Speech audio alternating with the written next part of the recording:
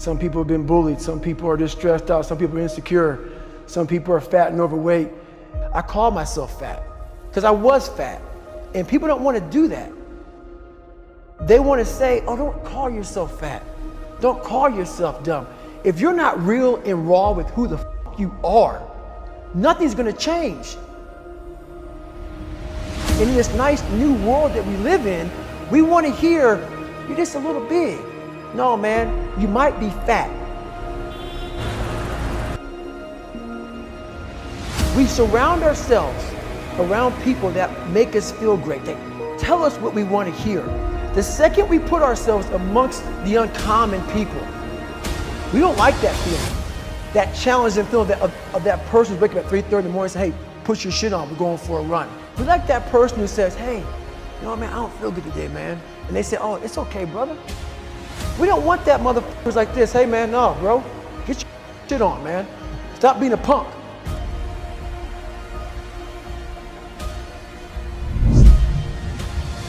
This is all about the quitting mind.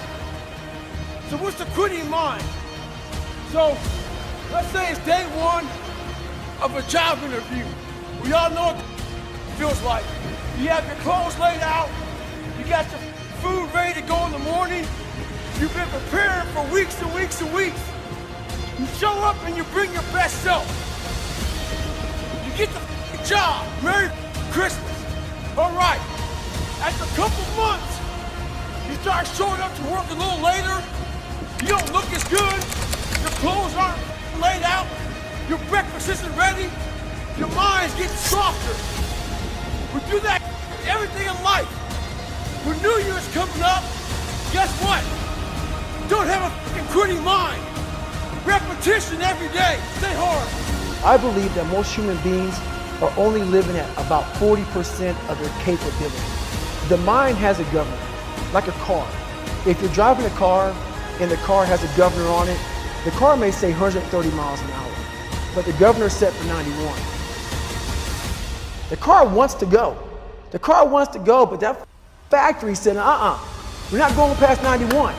We have a factory, a nice governor in our brain, and it's a survival mechanism. It protects us from pain and suffering. At all times of your life, the mind has a tactical advantage over you. Why is that? It knows what you're afraid of. It knows your insecurities. It knows your deep, dark lies. And it starts to push you away from that. It pushes you in a direction that is comfortable. The mind controls everything. You get to 40%, your brain says, we're done. Let's roll, man. This is starting to get painful. This is uncomfortable. So you sit down. You have to figure out ways, and everybody's different. That's how the book kind of talks about, like we all have these things about, 5 steps to this and 4 steps to this. It's a lot more than that. That's all bullshit. It's a practice that you have to, it's a habit. So if you know that at 40%, I'm feeling pain. At 40% I'm feeling pain. That's where the 40% rule kicks in. Now it starts. Okay, I'm feeling pain. My mind's saying all to me. It's saying get out of here, run, flee.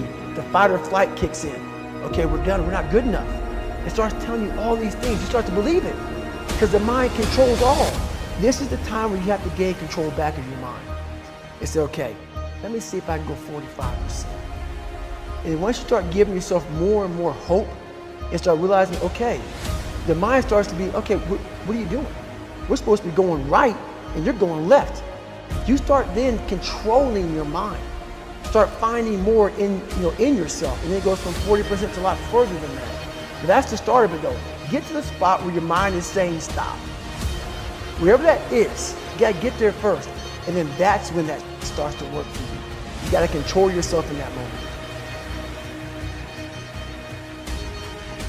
Well, it's that time of year again, we start to feel real happy. Why? Because we're not going to work. If you believe in Santa Claus and you celebrate Christmas, you're looking forward to Santa Claus coming down the chimney, giving you some presents. It's a real good time of year. So in that good time of year, we start to feel real good about ourselves. Start to feel great. So we start making promises to ourselves about, hey, I'm gonna lose some weight. I'm gonna do better in school. I'm gonna be better here, be better there. But guess what happens? The real Merry Christmas happens when all of that noise is gone. It's quiet. And it's you against you. And now all those endorphins are gone. And And I promise you, man, by getting up early and getting after it to go lose weight, study harder, guess what? It's a lot harder now. That repetition becomes a lot harder now. So a lot of us can't do things on our own. So find somebody in your life. So when you throw that towel in, they throw that motherfucker back at you and say you're not done yet. How are you gonna feel, man, when you accomplish this goal coming from that point? Coming from the fucking hell you came from. A lot of people start from a good starting point. They have a good foundation. What if you can surpass all these motherfuckers? What if everybody who was way up here started up here, and you started with no legs. You had to grow legs to even start walking, and then crawling, and then running, and then you start passing people with all this given to them.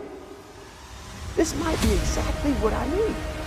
The darkness is exactly what I need. It's how you look at